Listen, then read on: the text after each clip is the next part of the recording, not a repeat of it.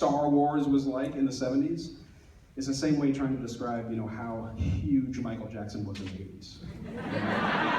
Really. And if you were alive in the 80s, he was everywhere. And when he did a commercial, it was news. It was like, there's a new Michael Jackson Pepsi commercial. And everybody flocked to the TV to watch a commercial with Michael Jackson.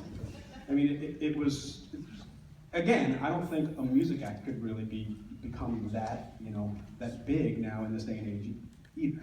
So I broke out this arrangement, and this is legit. It's the real deal.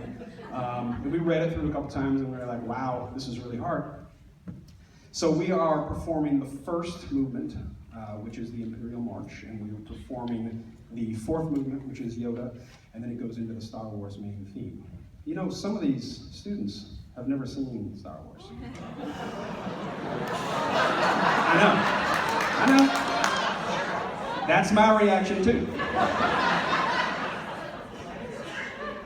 And when I was absent one day, we brought in Star Wars, and they watched a little bit of the first Star Wars. I think they made it to the trash compactor scene. And I hope that some of them went home and sought it out and sort of, finished the original trilogy, hopefully. I don't know. We'll see. Abby, did you go home and watch the rest of it? So, yeah.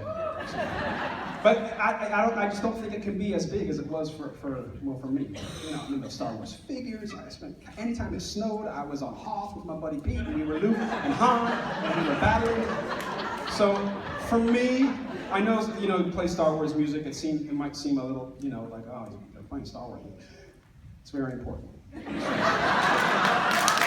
Enjoy.